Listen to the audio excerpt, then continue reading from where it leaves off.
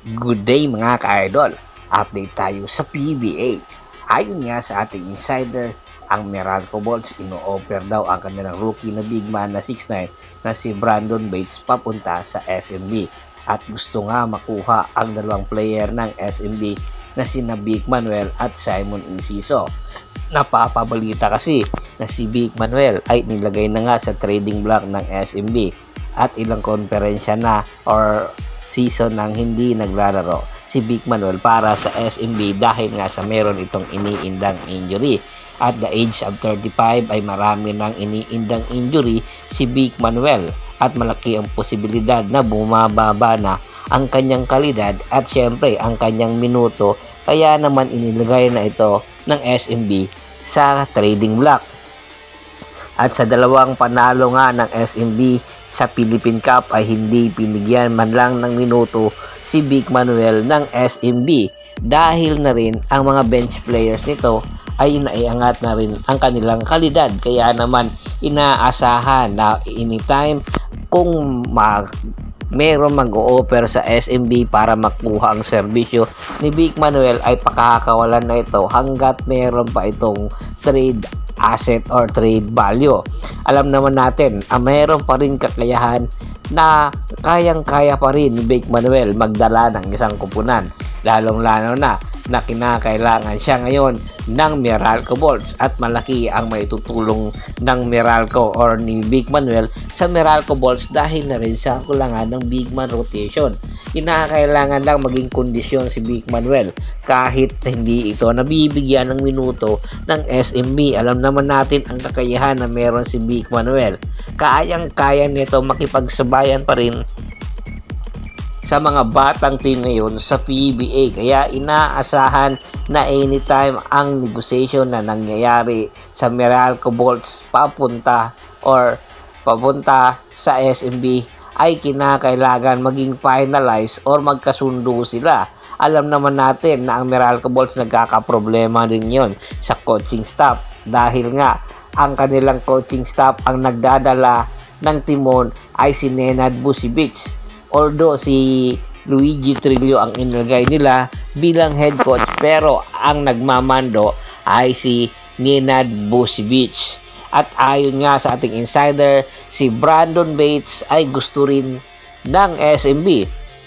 Sa height nitong 6'9", malaki ang may tutulong neto sa SMB, lalong-lalo na nagkakaedad na si Junmar Fajardo. Kinakailangan na ng SMB ng isang protege ni Junmar Fajardo at nakikita nga nila ito ang magiging future ng SMB. Alam natin na kayang-kaya pa iangat ni Brandon Bates ang kanyang kalidad. Ay i-improve neto ang kanyang outside shooting at syempre ang low post ability na kinakailangan niya matutunan kay Junmar Fajardo. Kung sakaling maging dominante na nga si Brandon Bates ay malaki ang posibilidad na ito na ang sentro or future center ng SMB. Kaya naman maraming offer ang binibigay ngayon ng Meralco Bolts para lang makuha rin ang serbisyo ni Vic Manuel. At ayon din sa ating insider, mukhang hindi lang si Vic Manuel ang gustong isama sa package para makuha rin ng SMB si Brandon Bates. Meron daw silang mga future picks or ang player na si Simon Enciso ang pwedeng kunin or ipadala ng SMB papunta sa Meralco Bolts.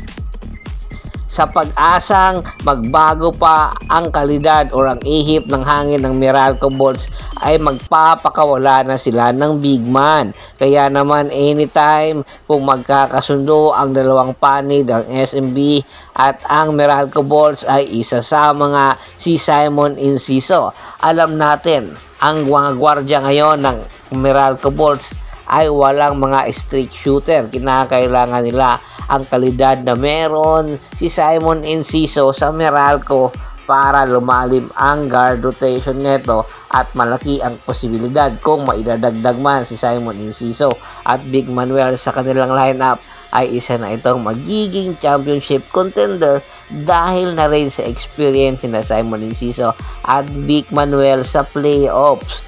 At hopefully ito na ang hinihintay na senyales ng Meralco Balls na magbago at baka posibleng makakuha na sila ng kampyonato dahil na rin sa tagal na nila sa PBA. Ano sa tingin nyo? Dapat bang ituloy ang negotiation na nangyayari ngayon ng SMB at ng Meralco Balls involving Brandon Bates, Vic Manuel at Simon Enciso? Komento na sa baba ng video at pag-usapan natin yan. Once again, this is Percival Monteron at your service.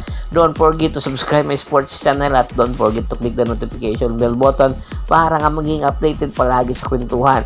At bago pa man natin tapusin ng ating mga kwentuhan, shoutout muna tayo sa ating mga solid na followers na laging sumusuporta sa atin.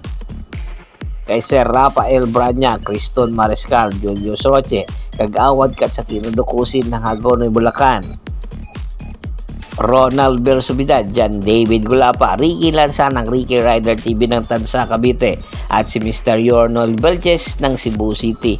Marami pong salamat sa ulang sawa niyong pagsuporta, pagbisita na rin po ng Facebook fanpage ko, paki-like, paki-follow, paki-share, ganun din po sa YouTube channel ko. Hanggang sa muling kwentuhan, maraming salamat po.